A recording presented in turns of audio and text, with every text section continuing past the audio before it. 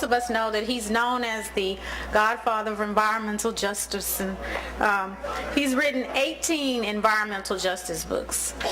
Quite a lot, huh? Including Dumping in Dixie and Invisible Houston, which is for sale outside if you're interested. Also, his work has earned him a recent award from the Sierra Club, and the summit that we're doing today is really focused on his first book, Invisible Houston, that was written in 1987. And so we're now coming back 30 years later and revisiting some of those issues that he found at that point in time. And so he's going to present to us today. The title of his presentation is Environmental Justice, Challenges and Opportunities in Houston. Would you join me in welcoming Dr. Robert Bullard?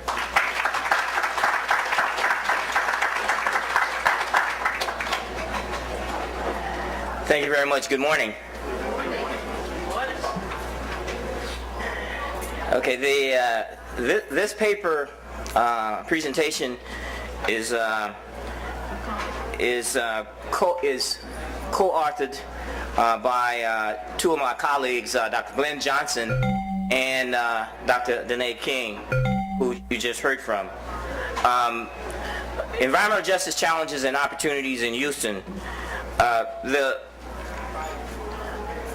What is the environment? The environment is everything. It's where we live, work, play, learn, as well as the physical and natural world. So when we're looking at environmental justice, we're going to be looking at the physical environment, neighborhoods, playgrounds, workplace, as well as wetlands, etc. And if you look at the principle of environmental justice, it embraces the idea that all communities have an equal right to environmental protection, education, housing, transportation, civil rights, etc. Houston is in the South, even though some people say, oh, we're Southwestern. No, we're Southern. The South has a long legacy of being stuck with, as we heard this morning, a legacy of slavery, Jim Crow, and resistance to equal justice, including environmental justice. The South is also the most environmentally befouled region of the country, and it's not by accident. There is a direct correlation between exploitation of land and exploitation of people. We know that healthy people and healthy places are correlated. One of the most potent predictors of health is zip code, and we can go even further than zip code, census tract for the geographers. And so the poorest people within the United States also have the worst health and the most degraded environments. Houston, no exception. My first job out of graduate school in 1976, I found myself 2 years out of graduate school in Houston as a sociologist at this university. And I was asked to collect data for a lawsuit that was filed by Linda McKeever Bullard, my wife at the time. And she's a lawyer, and she needed someone to collect data for a lawsuit, and I got drafted. She sued the state of Texas, my employer. First lawsuit to challenge environmental discrimination was Bean versus Southwestern Management. I did the study in 1979. I had 10 graduate students in my research methods class in Hannah Hall, across the way, and we collected the first study on Houston and solid waste sites and discrimination. Groundbreaking study. The gentleman that you see here is Al Green, Justice of the Peace, out there protesting. Now he's a U.S. congressman from Houston. Things have changed. If you look at this whole question of Invisible Houston, I was doing that study, and I expanded that study, and one of the chapters in the book, Invisible Houston, deals with the Bean case and dumping in Houston and discrimination, environmental discrimination.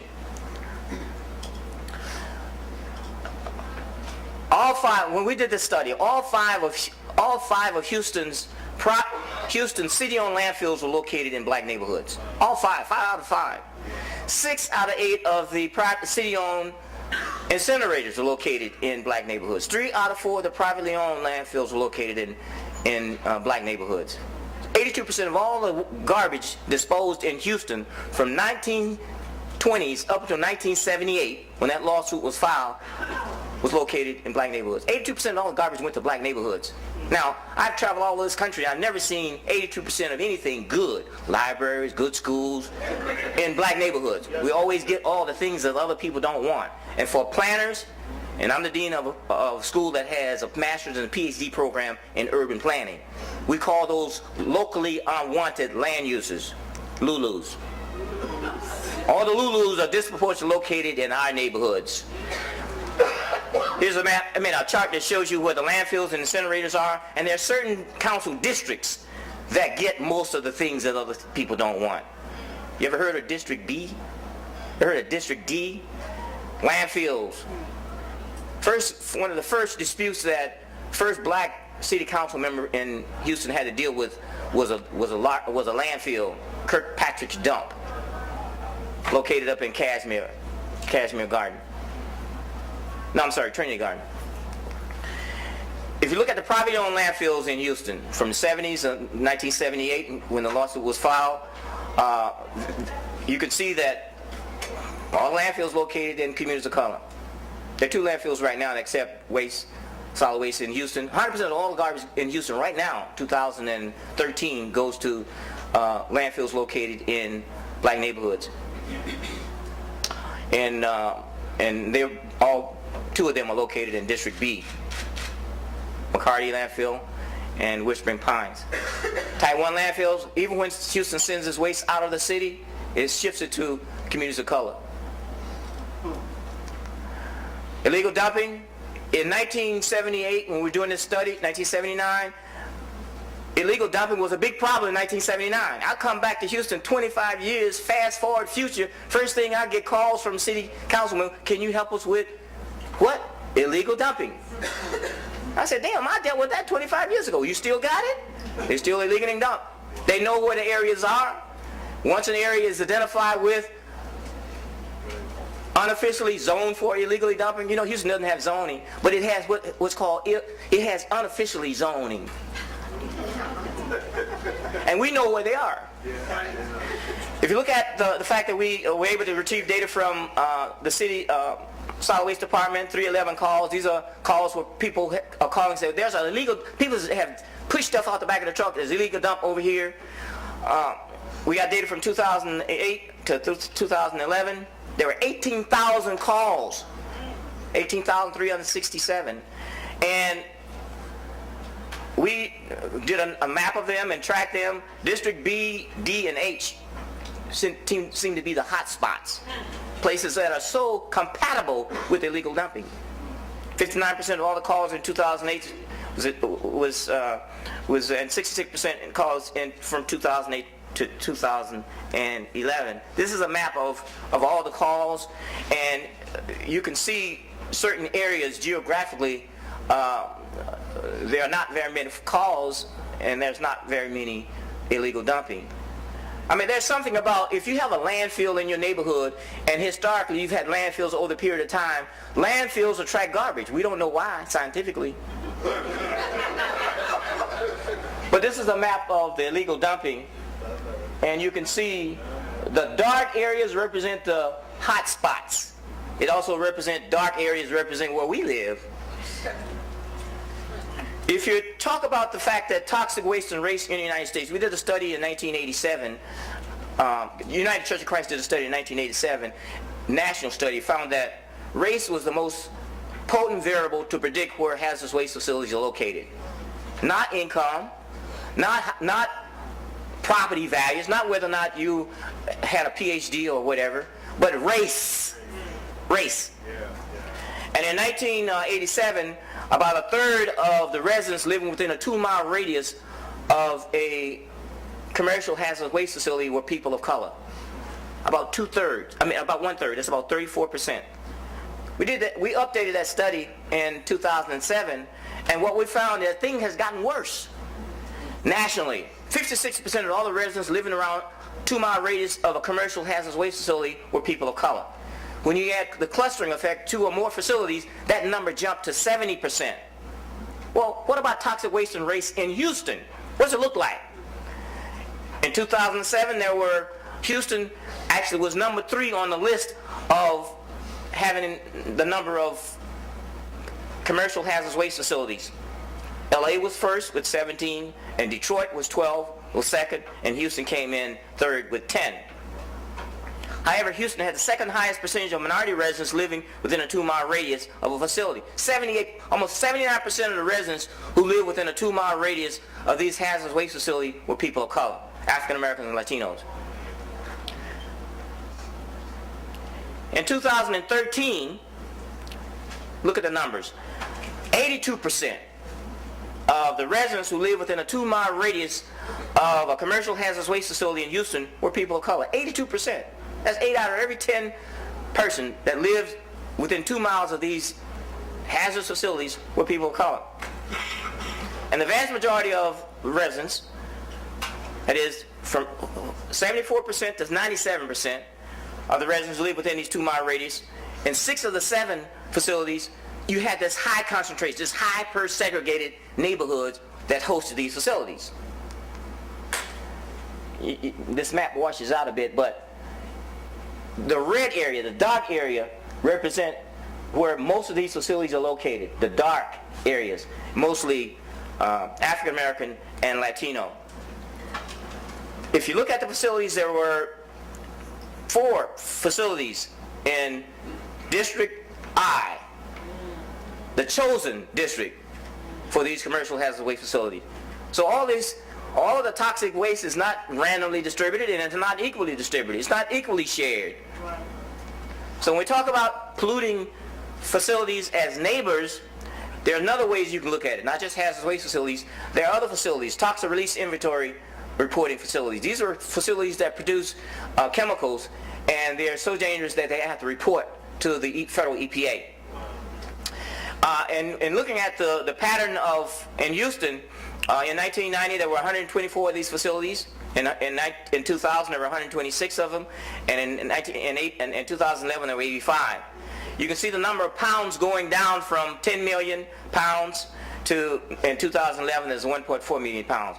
The pounds are getting better in terms of the releases, but in terms of the location, there's a pattern that is disturbing in that even when things are getting better, they're getting better for some people, but not for others, as we see.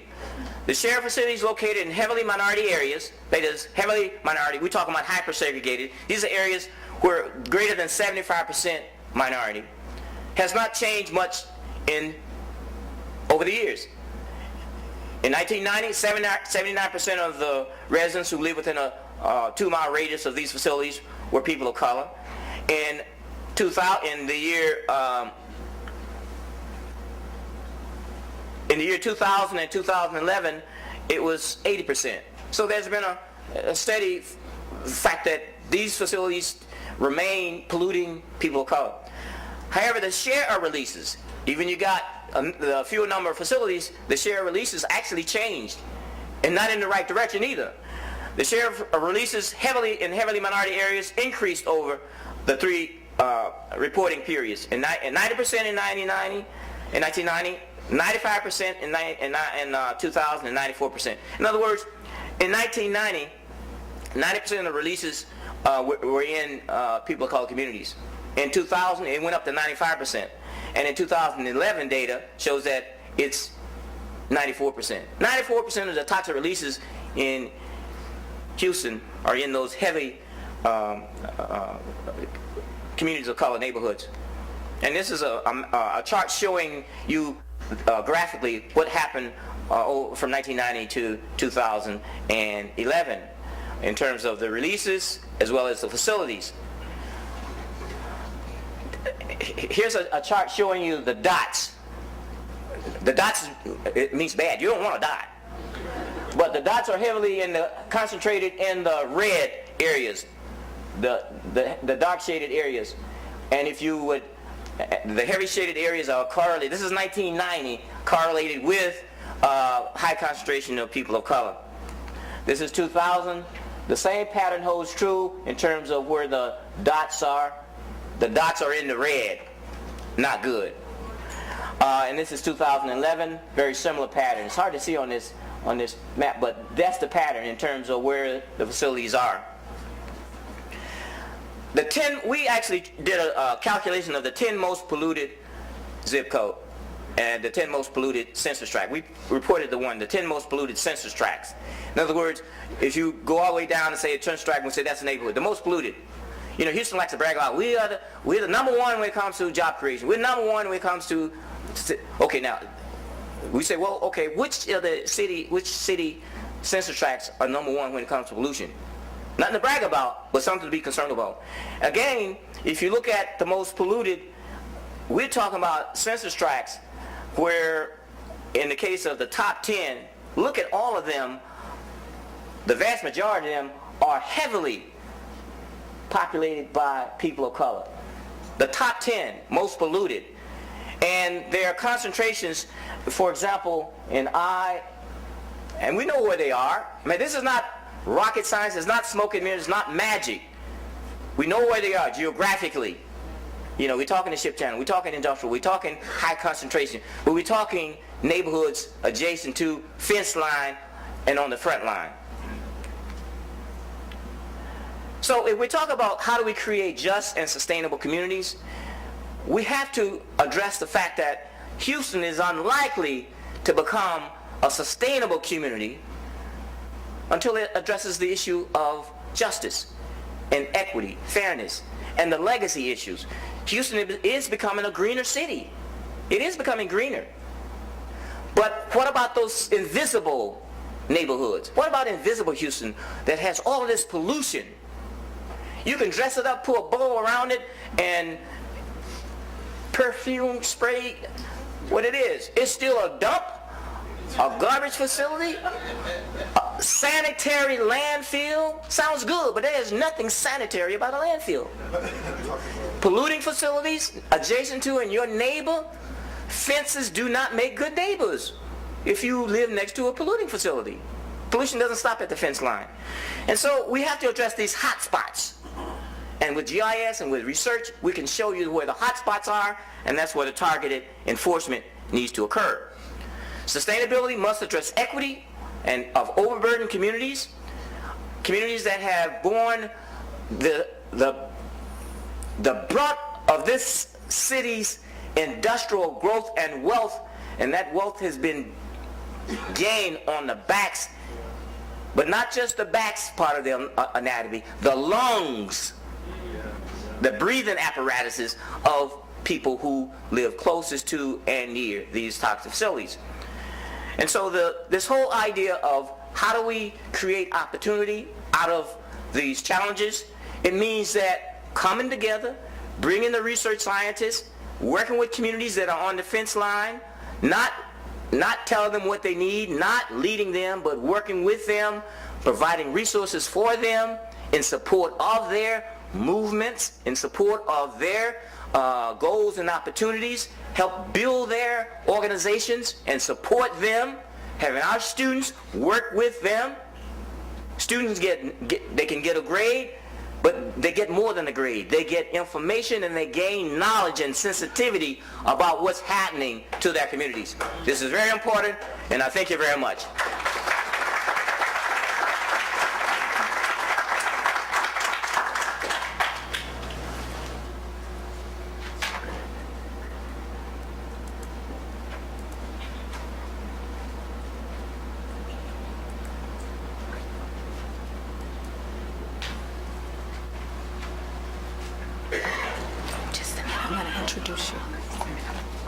Next we'll have Dr. Elena Kraft of the Environmental Defense Fund, and she's also an adjunct assistant professor at the University of Texas School of Public Health.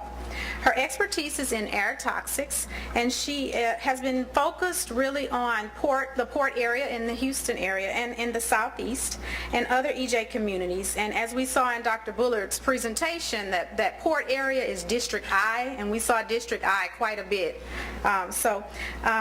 Dr. Kraft also serves on the EPA's Environmental Justice Technical Review Panel, and her presentation today will address pollution hotspots around the ports. Join me in welcoming Dr. Kraft. Okay, and pointer. Okay, thank you. First of all, it's a true honor to be here. It's amazing what Dean Bullard and the folks at Texas Southern University have done at this school, and how his return to Houston has brought renewed energy and vigor to these environmental justice challenges. And it's terrific. So thank you so much. I wanted to talk a few minutes today about some of the specific EJ concerns that we have around the transportation sector. And I don't think that anyone here needs to be told that folks that live near freight corridors or networks like ports or inland rail facilities are exposed to higher concentrations of air pollution. I think that's a given. The type of pollution I'll be talking about today is primarily coming from diesel engines. So these are the engines that power most of the transportation sector. You've got diesel engines in the ships, diesel engines in the trucks, diesel engines running that cargo handling equipment. And the primary health threat from my perspective is particulate matter. It's that very fine soot. When you breathe it in, it gets into the very smallest spaces of your lungs called the alveoli. It can actually enter your bloodstream. And the World Health Organization just this year classified particulate matter and air pollution in general as a known human carcinogen. So we know that particulate matter causes cancer. A subset of particulate matter is called black carbon. Black carbon is the most light-absorbing portion of that particulate matter and has been implicated as an important contributor to climate change and to warming of the atmosphere. We've also got nitrogen oxides. Nitrogen oxides are one of those pollutants that helps to create ozone. Ozone can lead to cardiorespiratory problems, leads to asthma attacks.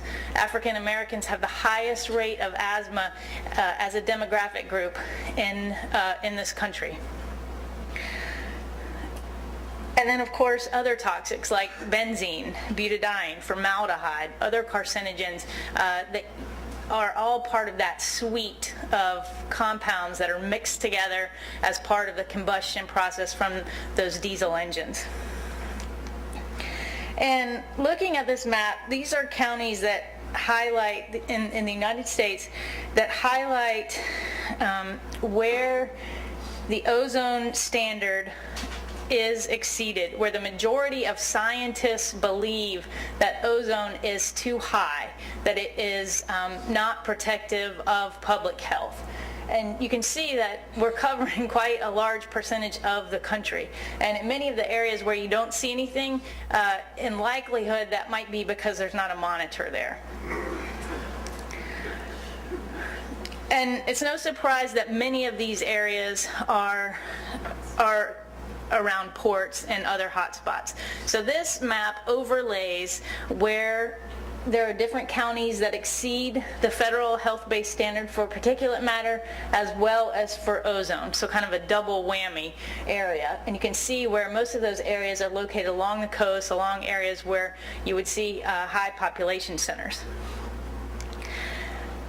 But how do you distinguish between the different socioeconomic indicators and the impact to human health? So for instance, we know that education is correlated with health. Those who are less educated tend to be not as healthy. So how do you make that case that when everyone's trying to pin the problem on another industry or education or access to healthcare, how do you get those industries to clean up, to take responsibility for the pollution that they're putting out into the atmosphere that we're all breathing? It's hard. And so one of the tools that I wanted to point out, which has just become available, is a tool called EJ Screen, which is meant to help identify areas that may be at increased risk for health impacts as a result of environmental exposures and other factors affecting susceptibility to disease. So all of those statistics that Dr. Bullard showed, the TRI releases, this data set has Superfund sites, it has metal recycling facilities, all kinds of information that has been collected on a national scale and can be used to generate these maps with this information overlaid. So if you add too many things, it gets to be really complicated, but what I wanted to just show is the cancer risk in the Houston area and where we see the highest cancer risk. And you can see that it's not equally distributed. I'll point that out. And so we need to understand why is that. And these tools are helpful because they're going to be able to help us use those data that are out there to understand what kinds of facilities are there, what kinds of landfills are there, what kinds of other risk factors exist that are creating these inequities in terms of the health disparity that we see. So I want to just mention that there have been a number of reports. I mentioned the World Health Organization. We know that kids with autism are 2 to 3 times more likely than other children to have been exposed to air pollution during their earliest days. This could be a factor in the rising cases of autism that we're seeing across the country. We know that in Houston, some researchers at Rice, Lauren Ron, and found that a moderate increase in either particulate matter or ozone could increase your risk of a heart attack by close to 5%. What does that mean? It means that we need to do a better job of understanding where this pollution exists and how we can marshal resources to be there where we need the resources and where we see those health impacts. And what we don't want to see is having to go to those communities that are more heavily impacted, like those communities with this lower socioeconomic status. I mentioned transportation and ports, but why are we calling out this particular sector? One reason is that emissions from freight transportation are the fastest growing emissions within the transportation sector as a whole. So this is one of those problems that is not getting better, it's getting worse. We move over 90 million tons of freight in the United States. We're expected to move over 90 million by the year 2020. That's a 70% increase in just over a decade, and it's double the rate of vehicle emissions from passenger vehicles. One factor that's contributing to this anticipated growth within the transportation sector is the expansion of the Panama Canal. It's expected to open in 2015. There are various estimates on the impact of opening this Panama Canal, but let's suffice it to say that the major ports on the Gulf Coast, including Houston, as well as many ports on the East Coast, are undergoing these enormous expansion projects. Houston, $20 million in operating revenue in May. This was the highest in port history. Total tonnage is up 9% this year. Miami, investing more than $2 billion in port infrastructure. 6 new cruise ships making their way there every week. So we've got to do something about that, and we've got to make sure that the communities that are living around these port areas, as we saw with Dr. Bullard's presentation, these are the areas that we're concerned about. It's not just landfills, it's not just toxic release sites. Areas like ports where they're held up as the economic engines of the region. These are areas where we've got to say, look, something needs to be done. What are the different sources? Rail, ships, cargo handling equipment, trucks, harbor craft. And what can be done?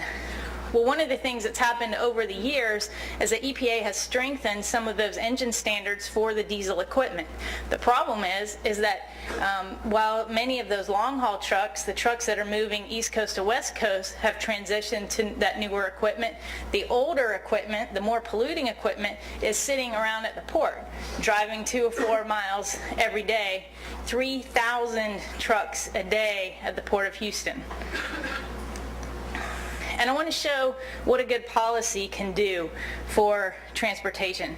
This is a graph of the emission control area impact. impact. So what the emission control area is, the International Maritime Organization made a requirement that if a ship is operating within 200 nautical miles of the shoreline, it has to burn cleaner fuel. What that means is that the particulate matter coming from those ships is going to be reduced by 2 to 4 micrograms per meter cubed. That doesn't sound like a lot, but Houston is likely to be out of attainment with particulate matter by 1 microgram. So a 2 microgram savings, if you will keep the area in attainment with federal guidelines. So it's just to show you what a good policy can do. And I want to just show some of the things that are good that are going on at ports. Some ports are putting together clean truck programs. They're turning over those 3,000 trucks that they have. California implemented a ban in the ports of LA and ports of Long Beach. You cannot do business at the port if your truck is older than 2007. Some ports are requiring shore power. Instead of having the ships burn that dirty bunker fuel, they're required to plug into the grid. And then some ports are being even more aggressive. They're putting in renewable energy at the ports to power their operations. And then one thing that I wanted to mention that we're doing is that we want to highlight what those ports are that are doing good things, or what they're out there doing, and we want to pressure the ports that haven't taken any action to start doing something. Because when you look at the emissions from ports overall, you're talking about an inventory that's equivalent to a small power plant. You can think about the number of controls that are required for a power plant. You think about the controls that are required for a port, 0. So something has to be done to address that discrepancy. And then at the same time, EPA, they're participating in our effort to help recognize those top environmental performers, but they're also hosting their own series of national conversations on ports. They want to know what communities want from the ports. And so I encourage everyone here that if you live near the port, or if you're concerned about pollution from ports, please make your voice known, because that's one of the ways that EPA can generate change, is that if they have that feedback from the public. And I want to end with a story that I heard recently on StoryCorps, and you may have heard about StoryCorps on NPR. But for those of you who don't know it, it's a national storytelling project. They've conducted tens of thousands of interviews, and each story is housed at the Library of Congress. And this one particular story struck me, and I keep thinking about how it relates to my own work. In the summer of 1959, a 9-year-old black boy in Lake City, South Carolina, refused to leave the library without being allowed to check out his books. The librarian told him, "You're a colored, you're not allowed to check out these books. I'm going to call the police." And so he said, "Well, okay, I'll wait." So after some time, the police arrived, and his mom arrives, and the policeman was kind of like, "What are we doing here? We can spend our time doing better things." And so the policeman said to the librarian, "Why don't you just give the kid his books?" And his mom said, "He'll take good care of them." And so the librarian reluctantly gave the child the books, and as he left, he said, "Thank you, ma'am." And it turns out that kid was astronaut Ron McNair. And he went on to become the valedictorian of his high school, and he got his PhD at MIT. Unfortunately, he died on his second space mission when the shuttle Challenger crashed. And what struck me about this story is not the story itself, but the story was told by Ron's brother, Carl. And what he said was, Ron was the one who didn't accept societal norms as being his norm. That was for other people. And so I want to leave you with that thought, that just because something seems like it is a norm, why do some areas in the richest nation in the world look like a third world country? That doesn't mean it's supposed to be that way. And so for each of us here, we have the power to influence that change. And in fact, it is the only thing that's going to influence that change. So thank you.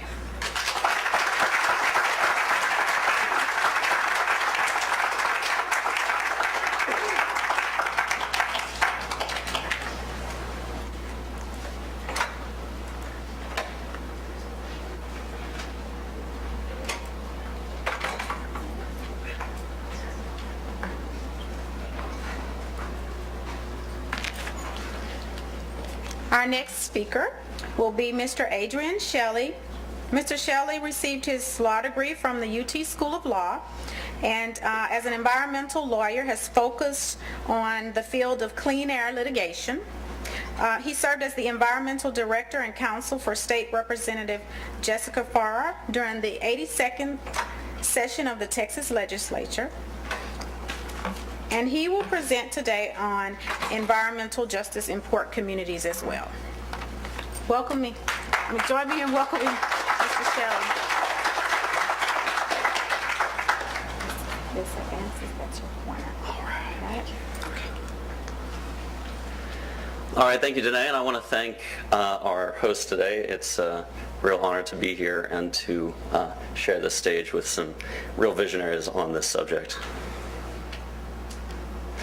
So there are 13 deepwater ports in the Texas Gulf Coast. All of them share a range of issues related to goods movement, and of course here in Texas related to the energy and petrochemical industry. And there's an underlying and indeed underlined issue in all of these ports, and that is the issue of environmental justice. As Dr. Kraft mentioned, the Port of Houston is undergoing an unprecedented expansion. It is related to the expansion of the Panama Canal. And the Port of Houston also underwent sunset review before the Texas Legislature this year. There was not initially a sunset process built into the Port of Houston Authority, but over the years it had become increasingly deaf to the concerns of residents in and around port communities. There were issues about secret meetings, financial improprieties, and a variety of issues that eventually led the legislature to bring the Port of Houston Authority under sunset review. And as that happened, there was an organization, the Healthy Port Communities Coalition, that sprang up to take advantage of the port undergoing that review. And I'll talk about that organization in a minute, but can't see the bars here too well, but this is the last emissions inventory that was done by the Port of Houston Authority. It was done in 2007, and we can see very large emissions coming out of the port, and the largest component of that, as Dr. Kraft pointed out, is the ocean-going vessels. Now, we often hear that the Houston metropolitan area is one of the most heavily monitored areas in the world. And that is true, but looking at a map here of the ship channel itself, we can see that there's a real lack of air monitoring in the area. And indeed, there is no way to put enough air monitors in the area to truly understand the complex and huge emissions that we see in this area. Dr. Kraft mentioned particulate matter, and particulate matter and air toxics are two pollutants that tend to be concentrated in hotspots. One pollutant that's thought of as being generally more widely dispersed is ozone. And that is often true, but there are occasions in which ozone pollution is centered around emissions, large emissions of volatile organic compounds. And when those events occur, they invariably occur around the Houston Ship Channel. And I just want to show you an example of that. If you take a look at that monitor right there, we can see an ozone, you know what, it was that monitor. We can see an ozone event that occurred in January of this year. This was January 21st, 2013. Ozone season in Houston is March through November, right? It's not common at all to see an ozone event in January. Some of you are nodding your heads, right? This is an event that was the direct result of a large emissions event around the Port of Houston. And you can see that the effect in this area right here directly impacts our port communities. So I mentioned earlier a coalition that was formed a little bit more than a year ago, the Healthy Port Communities Coalition. It is a group of half a dozen environmental and public health advocacy organizations, most of them based right here in Houston, one of them in Austin. And this coalition conducted a community survey over the last several months of the year. in port communities. There were 378 ship channel residents that were surveyed. Survey respondents were 85% people of color, which is roughly what we see in the zip codes around the Port of Houston. And for that matter, it's not indicated here, but in the 7 zip codes surrounding the Port of Houston, there are higher poverty rates in addition to higher percentages of minorities. The average income in those 7 zip codes is about $31,000 compared to an average income in Houston of $42,000. The 5 communities that were surveyed over here on the right-hand side: Denver Harbor, Pasadena, Fifth Ward, East End, and Manchester. The survey focused on 4 major areas: health, employment, pollution, and community needs. Starting with some health results, we've already heard this several times today. We found, amongst our survey respondents, what is already known. There are elevated rates of respiratory illness and cancer in these communities. Among our respondents, there was a 27% incidence of cancer and other respiratory diseases versus about 12% for the rest of Texas. Cancer rates, you're about 50% more likely, according to our survey, to suffer from cancer. About 5.6% of respondents versus 3.7% in Texas. In addition to that, we all know that there is the highest percentage of uninsured residents here in Texas of any state in the Union. That problem is even greater here in our port communities. Over half of respondents do not have health care coverage. Access to health care is also poor in these communities. We surveyed about 5 communities, and you can see right here, 17.42% of them are going to the Strawberry Health Clinic. That is a low-income health clinic that is maintained by Harris County. It is the only low-income health clinic in a half-dozen communities around the Ship Channel.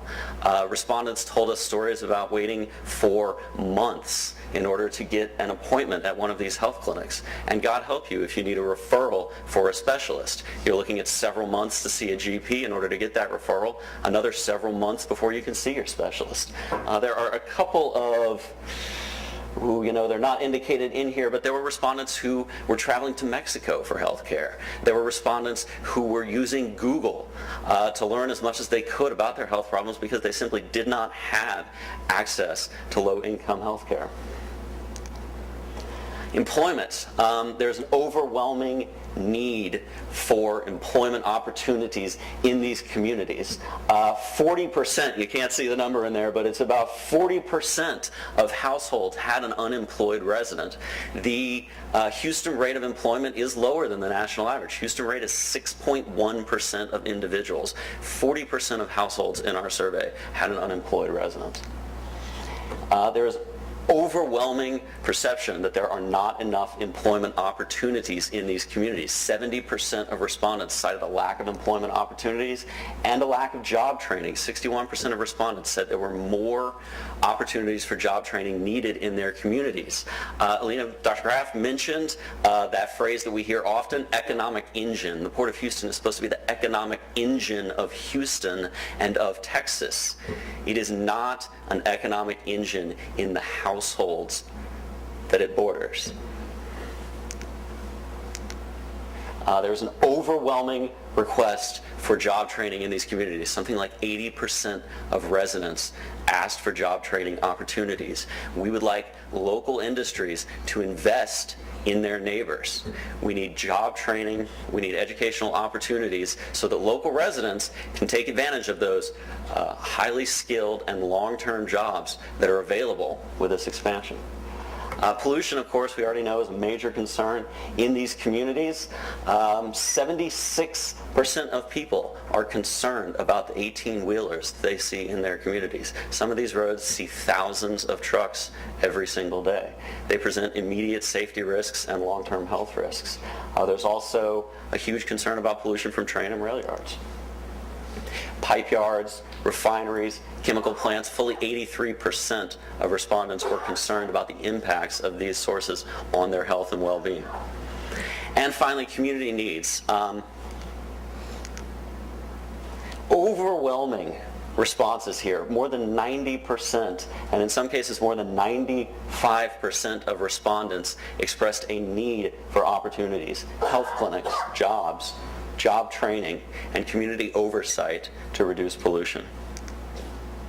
One thing that needs to be pointed out here, there's a great deal of optimism in these communities about the expansion.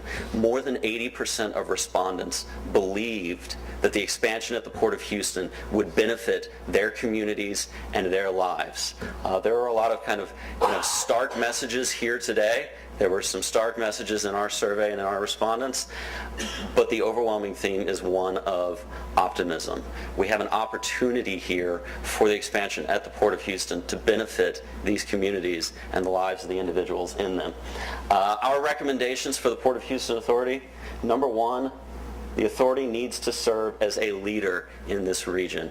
You often hear the Port of Houston Authority claim responsibility for 1 million jobs in the Houston region. 1 million jobs.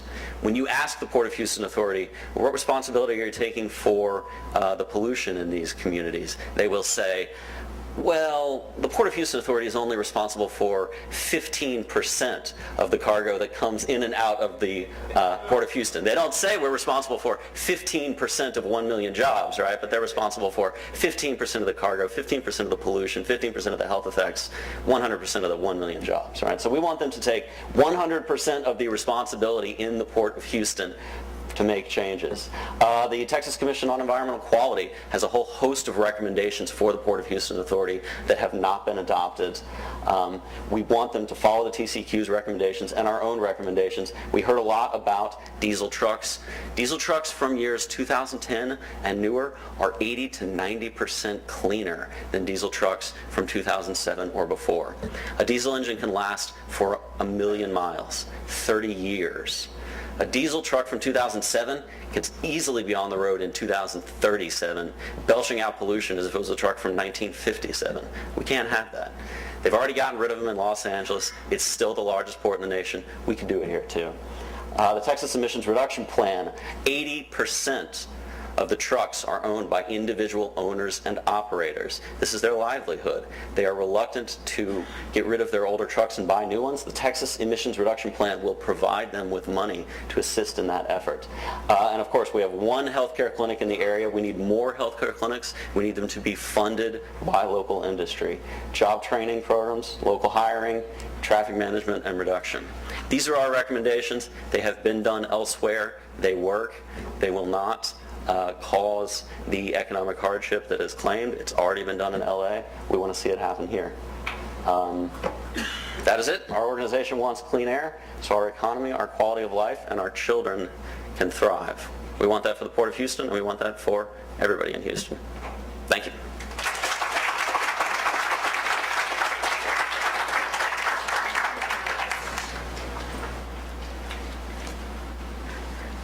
Let's go on the other side.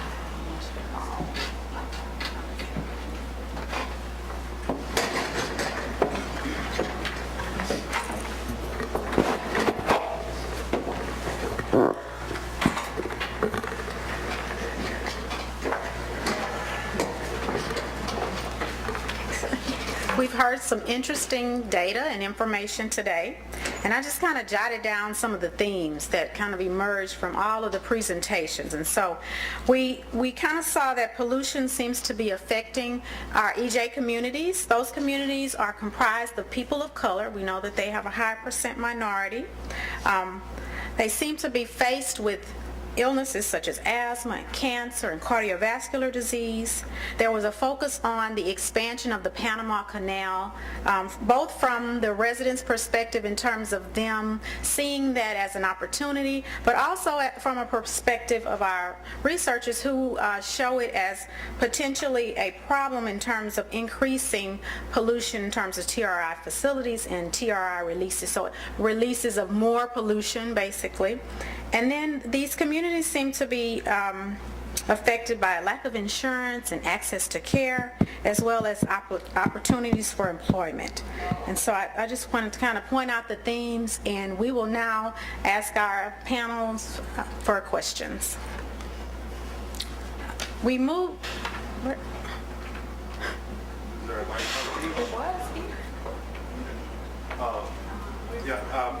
I'll go ahead. All right. I'm Andrew Dodson with Texas Campaign for the Environment. I want to thank y'all so much for the presentation today, which was amazing.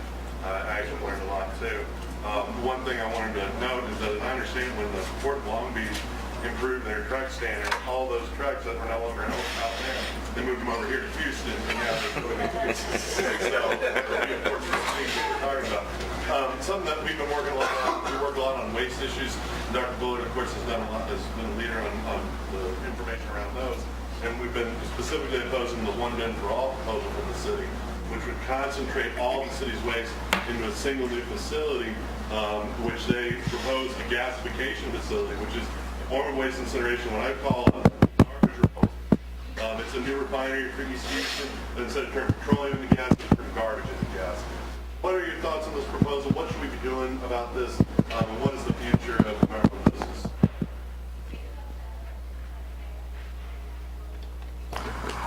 Well, if you look at Houston and where it ranks in terms of recycling, we're pretty bad. We're pretty lousy.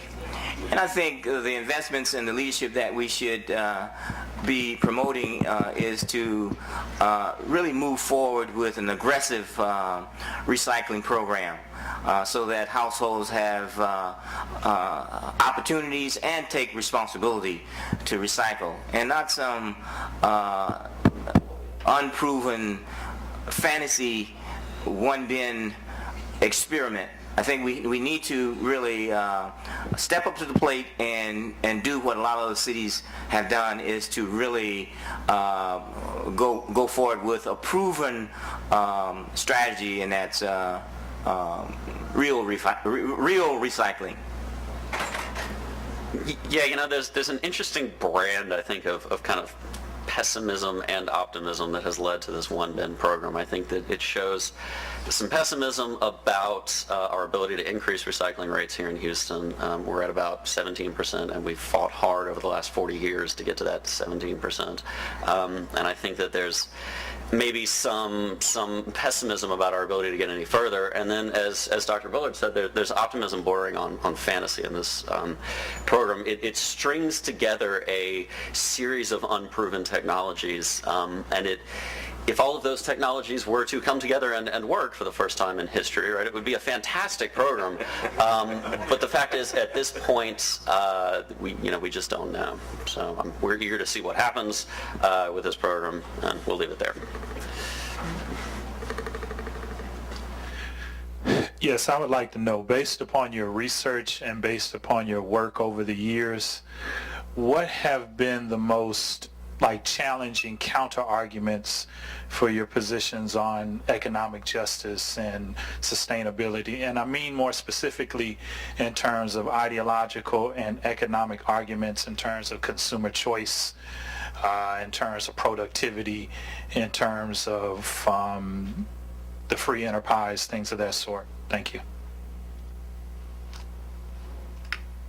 I'll just say one thing quickly, which is that we've seen at the Port of Houston, and we see from industry time and again that there are always broad claims of competitive disadvantage, right? Anytime that we propose some sort of a new, innovative, or aggressive control, the response is this will put us at a competitive disadvantage.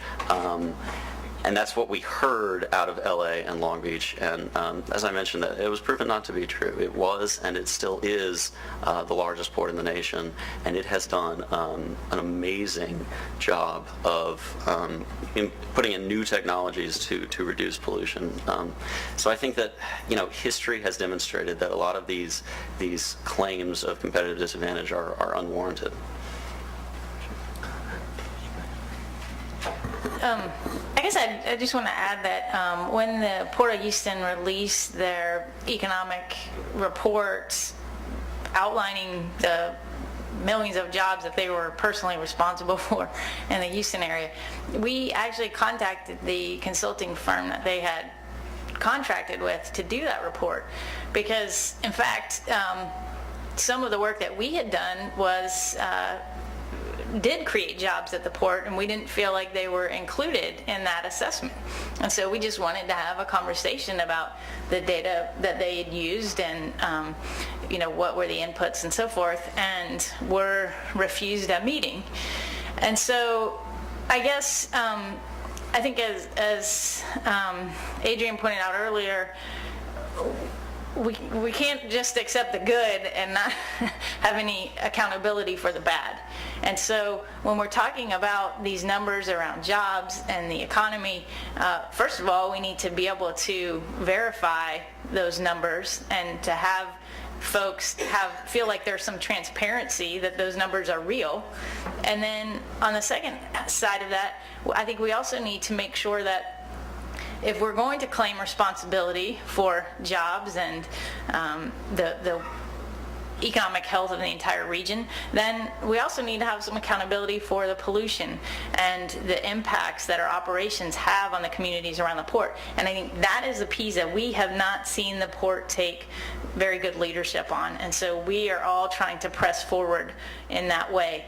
It is difficult in Houston. It's harder to work with a port in Houston than I think it was in Southern California, because there are 450 other ports in Houston that are not in Southern California. And so that's one of the challenges that we've seen, is that, well, we're not the only players here. And so that's one of the things that we do struggle with. I think the fact that whether we talk about a port, or whether we talk about a chemical plant, or we talk about any other industry that emits pollution, I think when we calculate the benefits, whether it be jobs, whether it be economic development, we have to also calculate total externalities and calculate the true cost of producing something. And I think largely in our society, we've stopped short of putting all of the factors into the hopper to calculate what the true costs are. And too often we neglect the health impacts and the cost in terms of illnesses and disease and the disparate impact of having something next to you that is creating all kinds of not only physical health problems, but also mental health problems that's intergenerational. You grew up in a neighborhood that's bombarded with all kinds of pollution. Your neighborhood is identified as compatible land used with garbage, and therefore you are garbage, and kids, that gets inculcated into the body politics of leaders who are making decisions, but also young people who are growing up in those environments. And so my advocacy would be, let's put all of the numbers into the hopper and make sure that we are actually measuring all the true costs and the externalities. Pollution is not only costly because a company that produces waste is a wasteful company, and so there are models where you that are around that you are ratcheting down, minimizing the pollution, and in some cases going to another production strategy, and so that those kinds of things need to be considered. And in some cases, there's a blocked mindset, and we don't want to consider those things. And so I think what we have to do in our universities and working with our communities to get those alternative models on the table for consideration. Yes, my question to the panel is really a reaction to all of the statistics that I saw concerning poverty in Houston and how it hasn't gotten better, it's actually gotten worse. And so when you're looking at these port cities and all of this money that it's talking about bringing in and jobs, what percentage of those jobs are going to people of color in Houston that may be able to ratchet down some of the poverty numbers? What percentage of DBEs are getting contracts, at these ports? Or do we have any information on how the minority or people of color businesses are benefiting from this enormous growth that they keep talking about as we watch poverty levels continue to rise?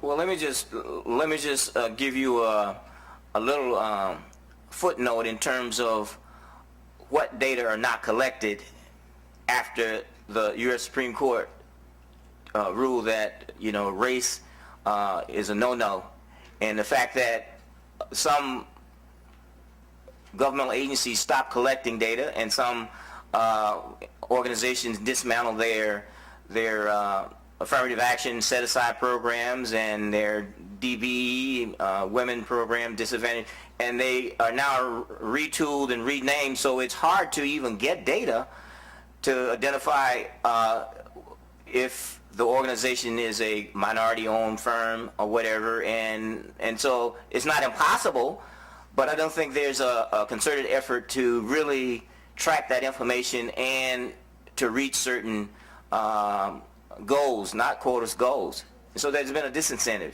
And so I think because of that climate, you can bring all kinds of federal monies being input into generating and supporting an economic engine and not have to account for in any real way where the money is going, where the flow of resources and who's benefiting from it.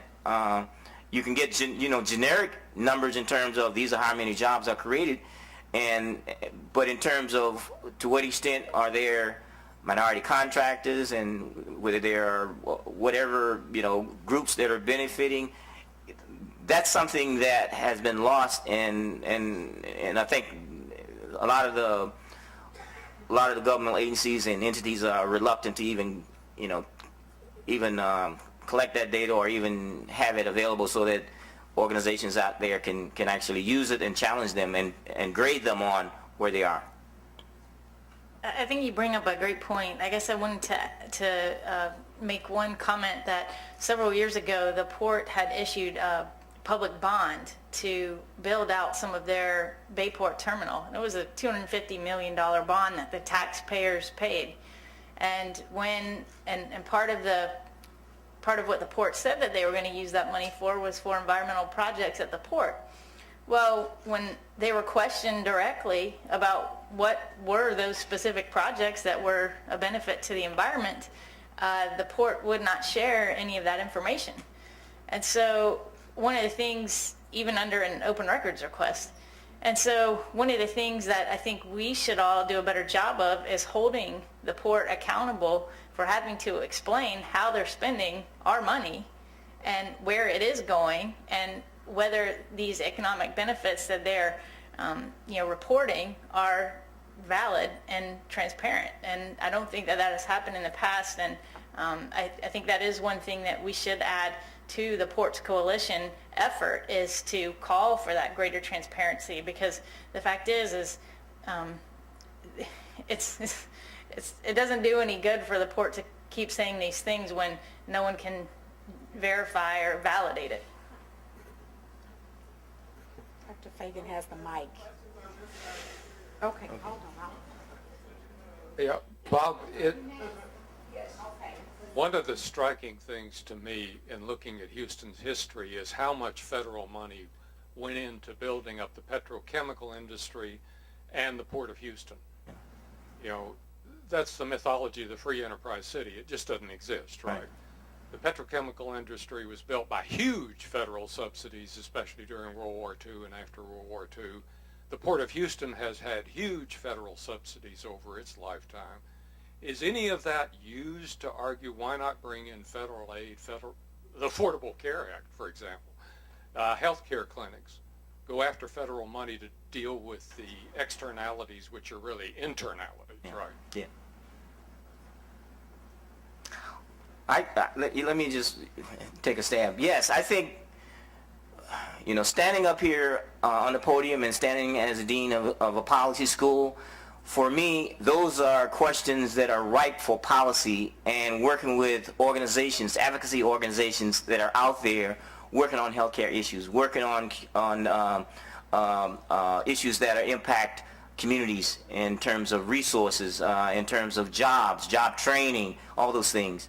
And I think that's, for me, would be a very good marriage in terms of creating those partnerships and providing a space for that kind of activity to blossom. You're right. Federal monies were used to create these economic engines, and And so I think that there's a great opportunity for us to really tap into that idea that there's something that needs to be given back, and we need to work on those issues. Well, along those lines, I'd like to hear more about the local hiring practices program and whether that is something that the coalition is pushing here, and whether you think the political culture would lend itself, because we do know that the political culture in California is a bit different. Just a bit. Yeah, just quickly, I would say that one of our recommendations to the Port of Houston Authority is a point system that gives preference for local and veteran hiring. Can you tell me some details of what that looks like in California? What does that program look like? What kinds of jobs are they? Who's getting them, that sort of thing? I cannot, no, I'm afraid I can't.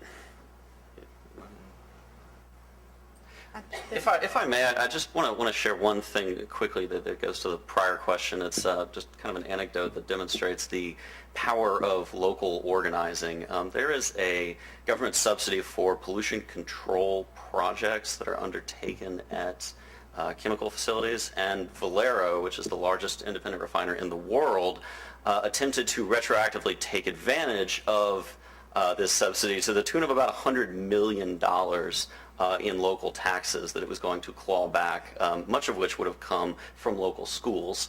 And there was a very quick and effective organizing effort. Texas Organizing Project was mentioned earlier. They were part of it, Public Citizen, and a number of other organizations in this area. And in a matter of weeks, there was such a public outcry over Valero's attempt to claw back $100 million from local schools that it was soundly defeated. Hi. I should probably stand. I guess with all this talk about jobs and especially centered on like programs to go against the pollution that's being done in these EJ communities, I have a question about NGOs who come into communities to do surveys and how equitable those jobs are with the people who actually conduct it, and like how funds get dispersed through these NGOs.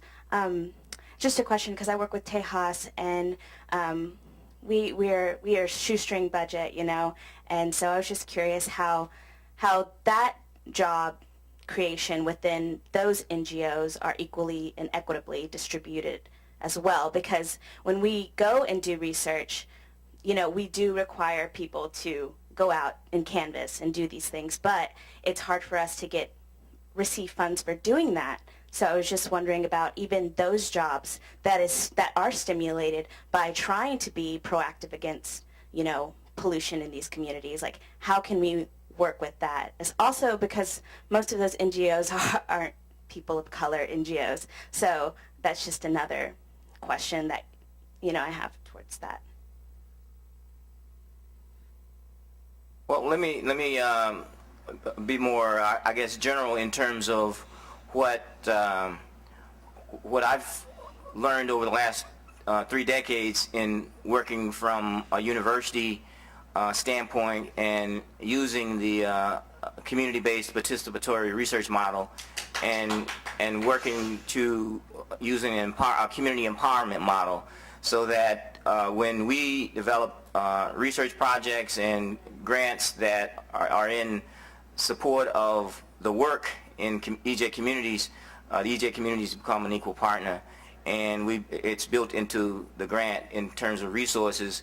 And what we tried to do over the years is to really assist communities in getting through that door of foundations so that they can speak for themselves. The first principle of environmental justice is that people must speak for themselves, and so in getting organizations in the room, and once you get them in the room, they can speak for themselves, and trying to change the mindset of foundations and even governmental agencies that some of our community-based organizations can qualify for resources, can handle grants, and can do the kind of work that they've been doing volunteering and for free, that they can actually build their capacity within those to do this kind of work. And this has been a struggle, and it's been a challenge over the years, and Houston is no different. You know, when I left here 25 years ago, this was a problem. When I moved to LA, it was a problem. When I moved to Atlanta, it was a problem in Atlanta. When I moved back to Houston, it's a problem. So this is something we have to work on continuously, 24/7. I just quickly add to that, NGOs that take the time and invest the resources to do community-based participatory research can expect greater return for their efforts. The last survey that my organization, Airlines Houston, conducted was in Galena Park, Texas, a community with about 8,000 homes. Our response rate for that survey exceeded our expectations. It was over 30%, and the reason for that is that our canvassers were high school students from Galena Park High School, and they were paid for their efforts. Hi, my name is Tara Escudero. My question is, what is being done in your eyes or by yourselves, or what do you see being done by other people to challenge our fundamental use of fossil fuels as the issue? For an example, the point source pollution sources in the port, such as Valero Refinery, violate the Clean Air Act every day, and there's nothing being done about that. So what truth is being spoken to how our use of fossil fuels is inherently destructive?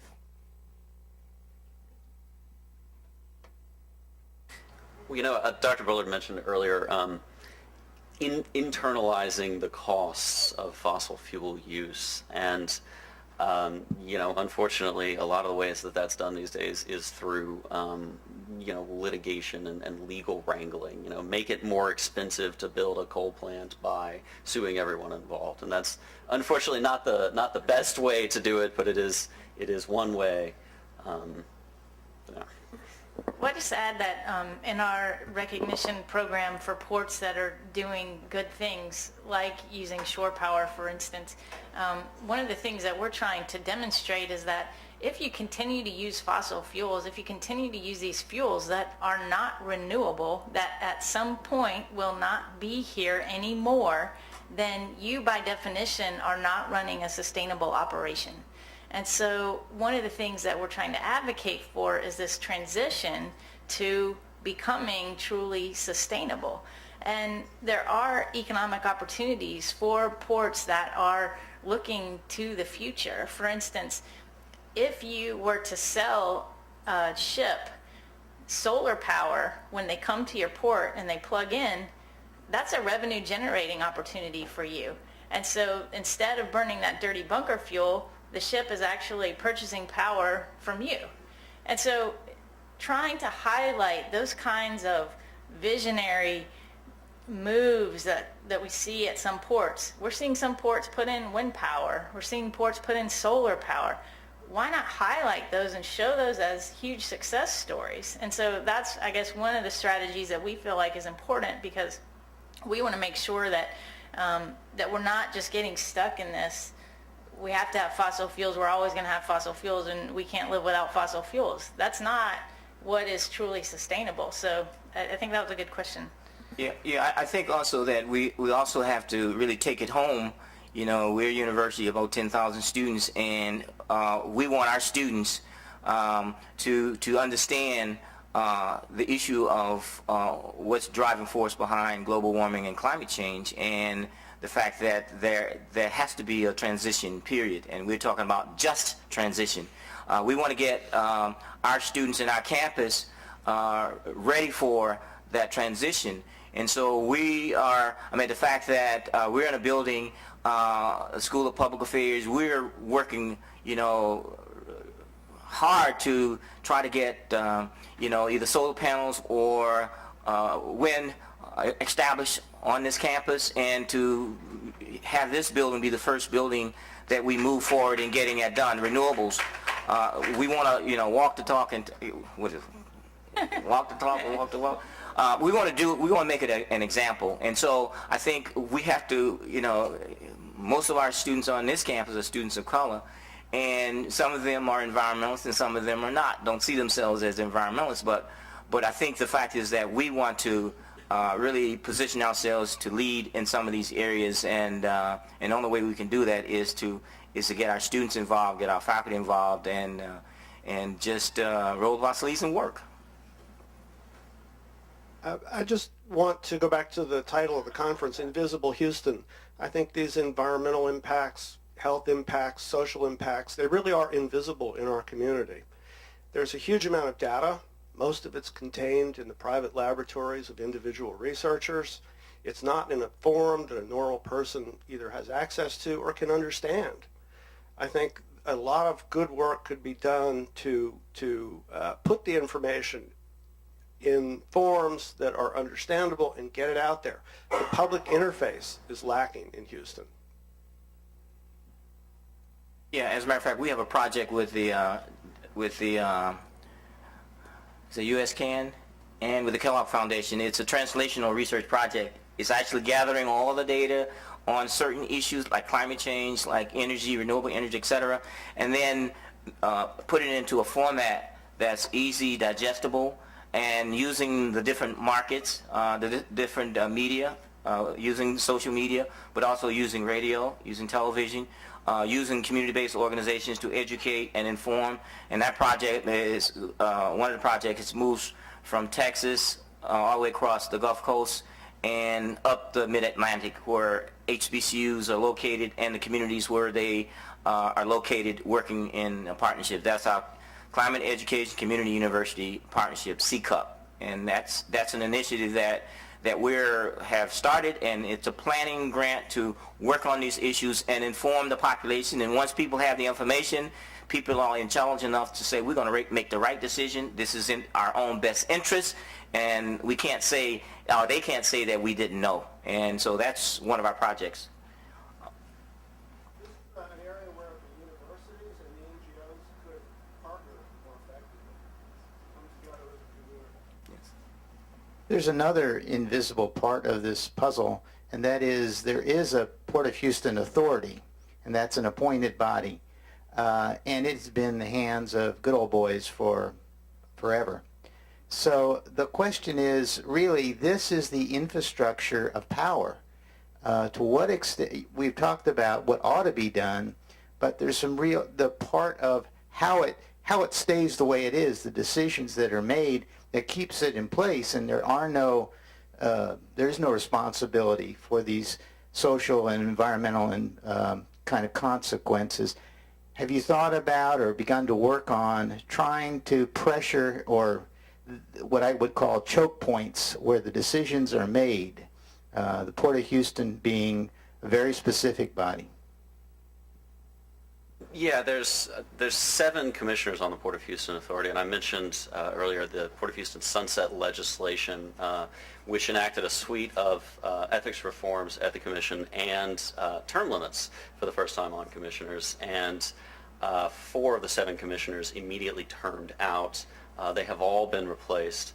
Our organization, the Healthy Port Communities Coalition, and a number of other organizations lobbied throughout the sunset process for increased citizen representation on the commission, up to and including the creation of a new position on the commission to represent the interests of communities. We were told at that time by the state legislature that our voice was not properly brought to the state, but rather should be brought to the individual commissions themselves. So there was no additional seat added. We began to lobby at the individual positions. Of the 7 positions, 2 of them belong to the city of Houston, 2 of them belong to the county, 1 of them the city of Pasadena, 1 of them a cabal of individuals known as the Harris County Mayors and Councils Association, and then the chair is a joint appointment from the city and the county. We fairly quickly zeroed in on the city of Pasadena chair as the position that we would lobby against. We found an individual who we advocated for, and I mean, in short, the efforts were not successful. That individual was, strung along by the mayor and the city council, and ultimately somebody else was chosen for that position. There has been created a Chairman's Citizens Advisory Council. The new chairman of the port, Janice Longoria, created a council to advise her. One of those seats belongs to our organization. A number of the positions on that seat were given to people that we recommended.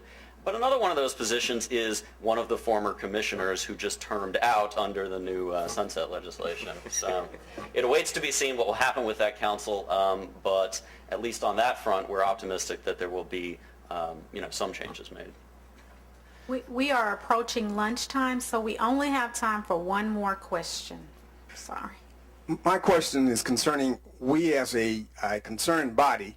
What would be the most effective avenue or channel in which we can affect or drive these entities toward compliance or accountability? What is it, the local advocate groups or what? What would you recommend? Well, I would just say, yes, start with the local groups. Contact Adrian, contact myself. We can get you tied into some of the local efforts that we're pursuing. I think also telling your story to EPA, letting them know that this is an important issue, that the communities around these ports are at increased risk and that something has to be done. And so to raise awareness on every front.